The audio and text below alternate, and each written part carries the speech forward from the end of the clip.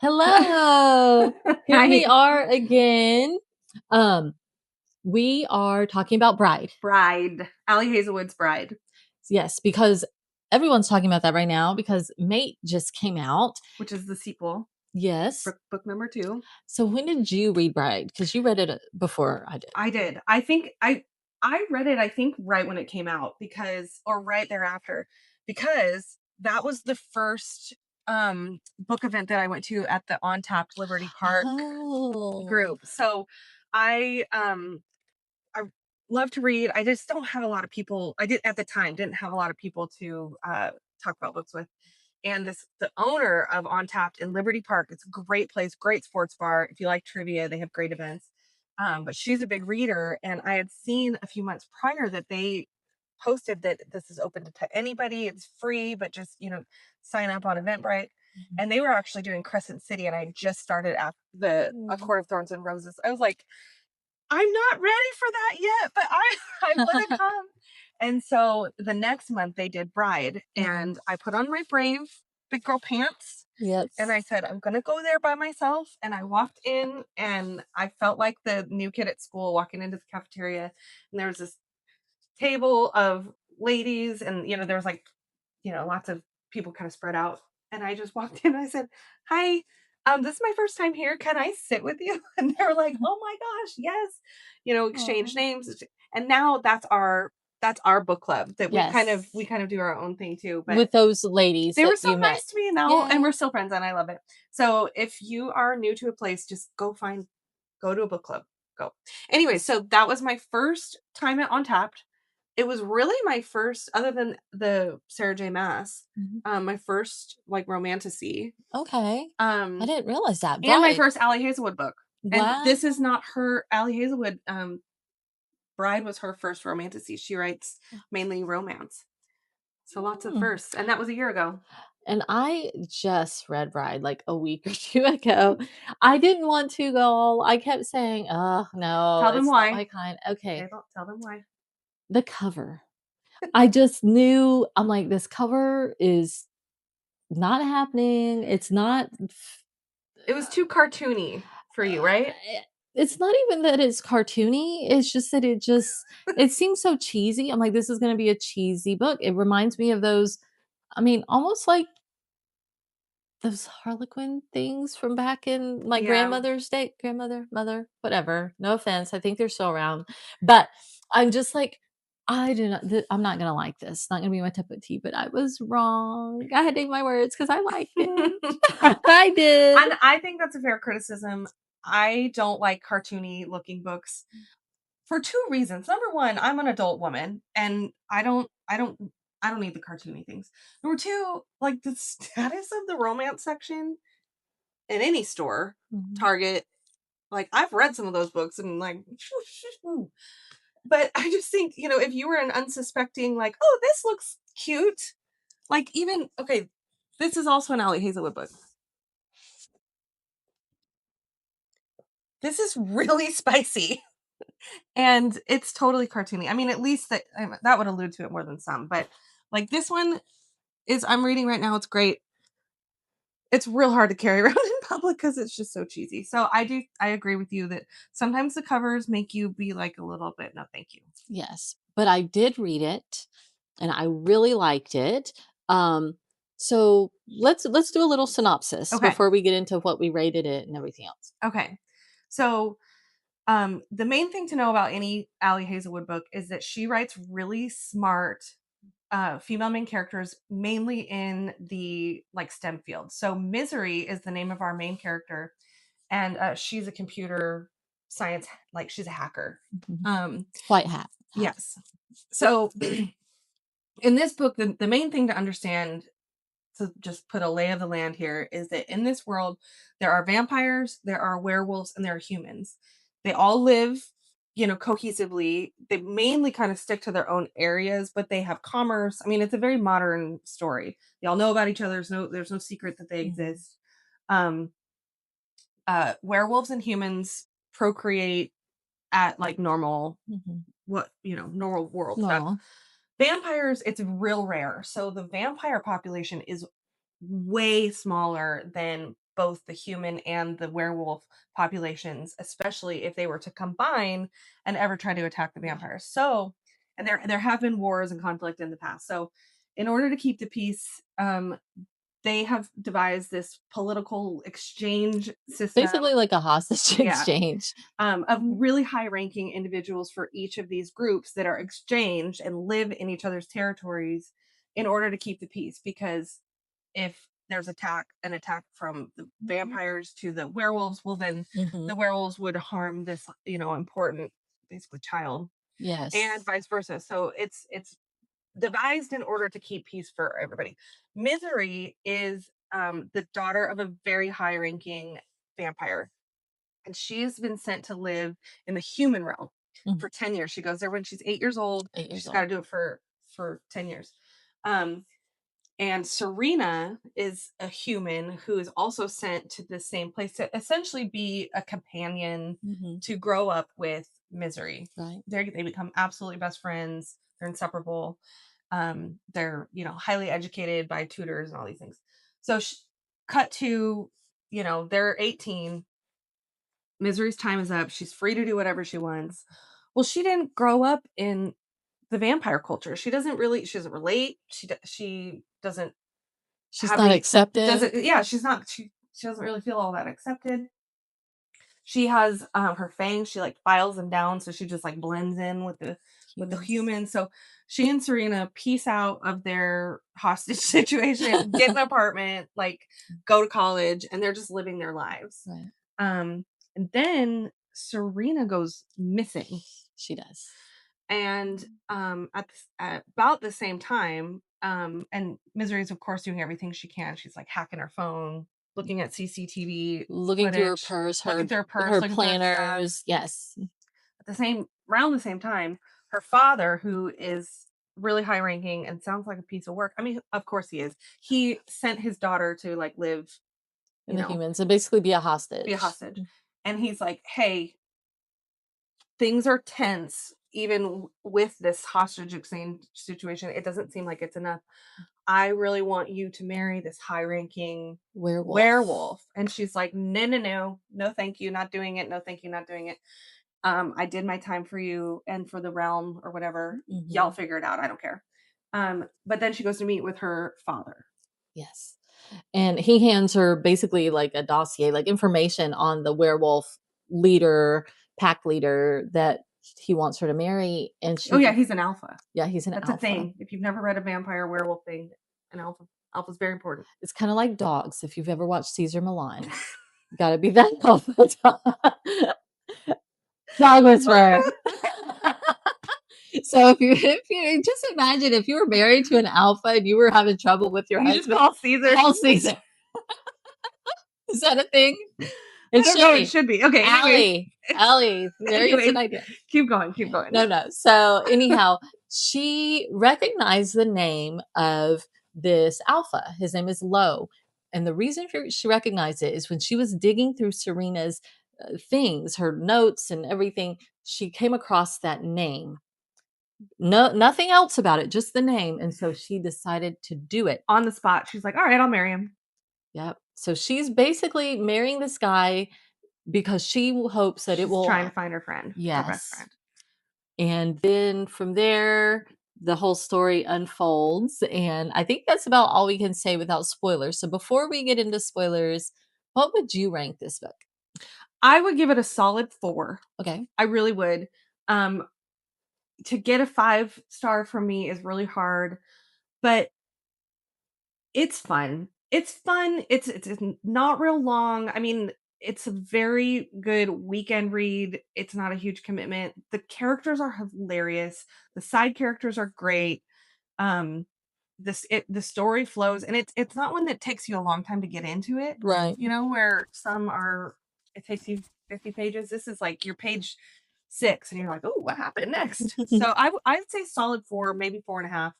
And I did not reread Bride before this conversation or before reading Mate, which came out a couple weeks ago. And I felt like I had a solid enough memory of it. Only read it once. So I think all of those to me indicate that it's a solid 4.5. I was gonna say between 3.5 and 4, so let's split the difference and say 3.75. So, I think that's solid. yeah, I mean, honestly, I have to say I thought the writing was good. I mean, it's you can tell she's a romance writer, but she's obviously a very good one because the pacing is good, the writing overall is very good. I Mhm. like the writing and her writing style. The dialogue was good, good banter. Misery is hilarious, It's very creative. very creative, and I thought the character development was good. I mean, they don't go on a huge hero's journey kind of arc or anything, but they are well developed. You feel like you know the Yeah. characters and their relationships with each other seem organic and natural. And romance are like these I call them my little sweet treat romances. That's a sweet treat. Okay, read it in a weekend. It's my sweet treat. That's not your main cup of tea. So I feel like that's a really good rating from somebody that's like, Yes. this is not my main thing. But if you're a romance reader, or yeah, if you're a only romance reader, this is a great little adjacent to if you ever wanted to get into fantasy. It's kind of a Yeah, easing into it. yeah. So yeah, exactly what she said. I don't read romance period, just pure romance, and even the romantasy, I like my stories to have more meat, more stakes than just will they, won't they?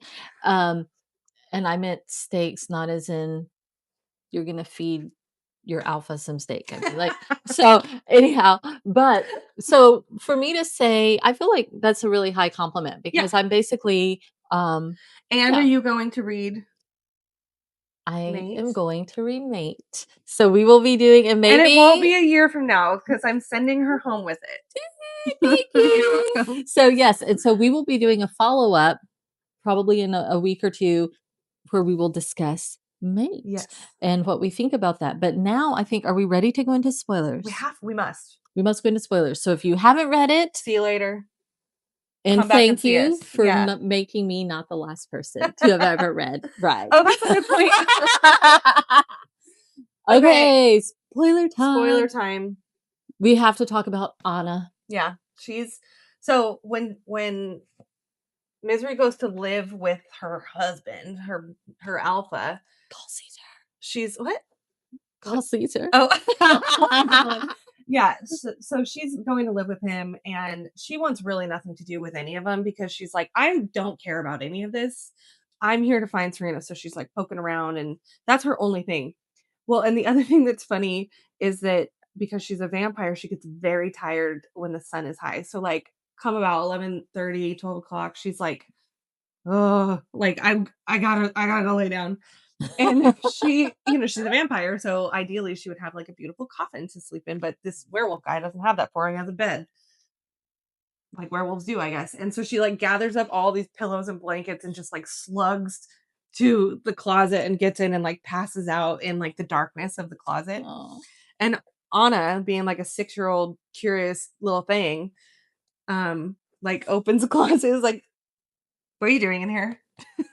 And Misery's like, "Who are you? And how'd you get into my room?" And Anna's like, "I have a key. This used to be my room." You Yeah. Yeah, know? you took my room. So it was so funny. And Misery, I thought now I have a child now, but before I had her and before I had my nieces and nephews, I can really relate to Misery. I was very much one of those like, "Oh, it's a child. Hello, child." Like, like I was very Yeah, yeah. that's how she is because remember, vampire children are super, super rare. So like Mm, even before she had to go do her 10 years from age 8, she probably never really seen or been around many other children. So mm. she's like, how old is this thing? Is it 3? Is it 6? Is it 12? Like She has she no has no clue. concept. Anyways. And and Anna can't say her name right, so instead of calling her Misery, she calls her, Miracy. Oh, I forgot about that. It was so cute. She's like, "Hi, Miracy." It's so cute. Yeah, And, her oh, character's funny. there's another character we have to mention. Serena, the one who's missing, had adopted a cat shortly before she went missing, and evidently cats don't like vampires because Serena, I mean, Misery and the cat are like not simpatico. And in fact, Misery just refers to the cat as Serena's damn cat It the doesn't whole even time. have a name. Not that it's Serena's damn cat. Well, enter little Anna. Oh, it's a kitty. I'm And the gonna call cat her loves Anna, of course. I'm gonna call her Sparkles. She calls her Sparkles, and so, and I thought it was funny her explaining to Serena when she found her, like, yeah, I don't think you have a cat anymore, and her name is or his name is Sparkles because I Yeah. think it's a boy, Yeah. but she names him Sparkles anyway. Yeah. So anyhow, I really enjoyed that. Okay, so then so she marries Lowe Hmm. and remind me the character that is like she works with on in the computer. She like gets access to the werewolf protected servers. Yes, I forget his She name. gains trust with one of the guards. She's Lowe wants her to be guarded because he Lowe doesn't trust her because she's a vampire, and they're like Right. supposed to chemically hate each other, vampires and werewolves. Um, and but anyways, I want to say it's Seth. That doesn't seem right. Anyways, she finally gains the trust of one of the people that are supposed to guard her, and I think she shares with him first that she's looking for Serena, and so she gets access to the werewolf um network that she wasn't able to hack when she was Right. outside. Yes. And she's looking for Serena. She does eventually find Serena, but not because she stumbled across her. She herself gets kidnapped by the werewolf who's supposed to be guarding her. Yeah. Um, so he kidnaps her, and when she wakes up, she's in a room with Serena, and they bust out, and they are in the building that her father, where his office and all his, think like a big mafia building, like if you've ever watched John Wick, that Yeah. kind of building. Yeah. So, and it turns out that the werewolf that kidnapped her, he didn't want to. He really did like her, but Misery's dad had kidnapped and taken his son Yeah. and was like forcing him to do this. And he, in fact, you remember when they put something in the peanut butter? Oh, that's right. Okay, so Anna, the little girl, and Misery, because Misery doesn't, she's a vampire. She technically doesn't have to eat food. Right. And at one point, there's like a bonding moment where there's peanut butter, which is Anna's favorite food. Come to find out, it's also Misery's pretty much only and favorite food. And she's like being spoken to, and she's like trying to tune out hers. And she like reaches her finger into the peanut butter and eats it. And was it Low or was it the other guy? And he was like, "Did you just It was low, I eat?" think. Yes. And she's like, "I can't believe I did that in front of you," because vampires eating is like it's like a very private It thing. was a very taboo thing because they don't need to eat, They so it's don't need kinda to eat. like Yeah. And she's like, "You caught me." Anyway, so Anna and Misery are the only people that eat peanut butter in the house.